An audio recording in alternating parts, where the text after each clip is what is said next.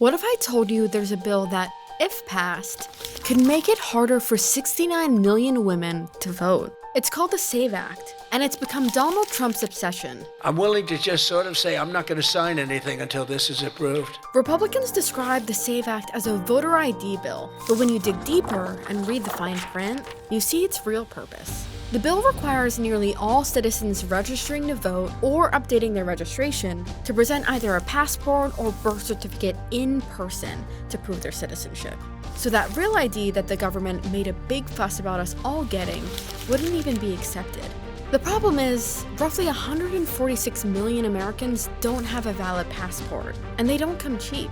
It's not like everyone has a spare $165 lying around. So if you've lost your birth certificate, the bill effectively forces you to pay to vote. There's a phrase for that, and it's called a poll tax, which the Constitution made illegal in the 24th Amendment. But how does it specifically make it harder for 69 million women to vote? To use your birth certificate to prove your citizenship, the bill requires that it matches your legal name exactly. Roughly 84% of American women take their husband's last name when they get married, meaning all of those women wouldn't be able to easily use their birth certificate to register to vote.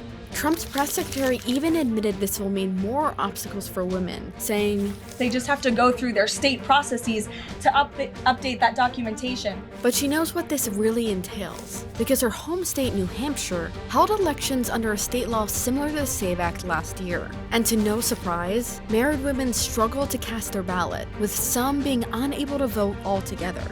But that wasn't the first time something like this has happened.